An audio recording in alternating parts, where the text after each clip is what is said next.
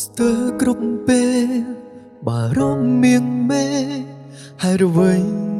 គេធ្វើបាបអូដឹងថាម្នាក់នោះជាមនុស្សនៅក្នុងចិត្តអូនតែអូនគឺជាមនុស្សក្នុងចិត្តបង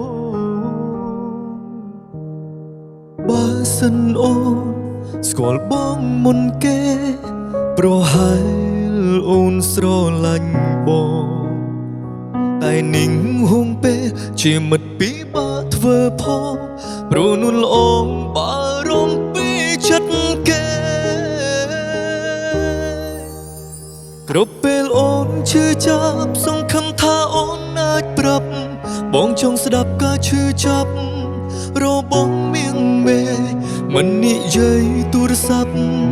អូនអាចប្រាប់ដោយសរសេរបានតែជីវិត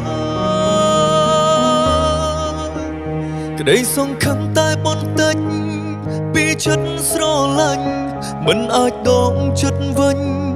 ព្រោះខ្លាចអាចការយើងមិនដូចជាមិត្តក៏មិនអាចជាស្នេហាតែចិនដាចង់ពាក់ព័ន្ធនឹងអូ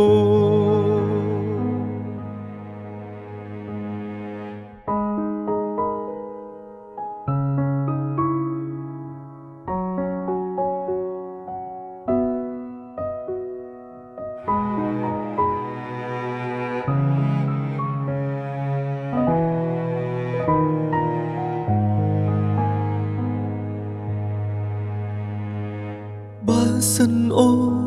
ស្គាល់បងមុនគេប្រហែលអូនស្រឡាញ់បង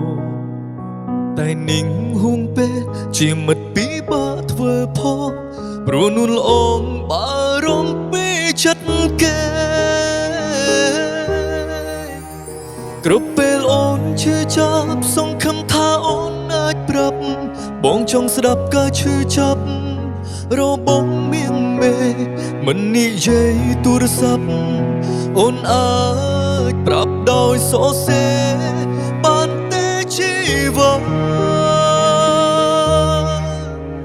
ក្តីសង្ឃឹមតែបន្តិចពីចិត្តស្រឡាញ់មិនអាចដកចិត្តវិញព្រោះខ្លាចអាចការយើងមិនដូចជាមិត្តក៏មិនអាចជាស្នេហាតែចិនដា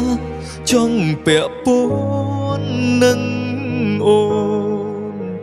គ្រប់ពេលអូនឈឺចាប់សង្ឃឹមថាអូនអាចប្រាប់បងចង់ស្ដាប់ការឈឺចាប់របស់មៀងមេមិននិយាយទូរស័ព្ទអូនអាចប្រាប់ដោយសរសេរបានតែជីវិតក្តីសង្ឃឹមតែបន្តិចពីចិត្តស្រឡាញ់មិនអាចដកចិត្តវិញព្រោះខ្លាចអាចការយើងមិនដូចជាមិត្តក៏មិន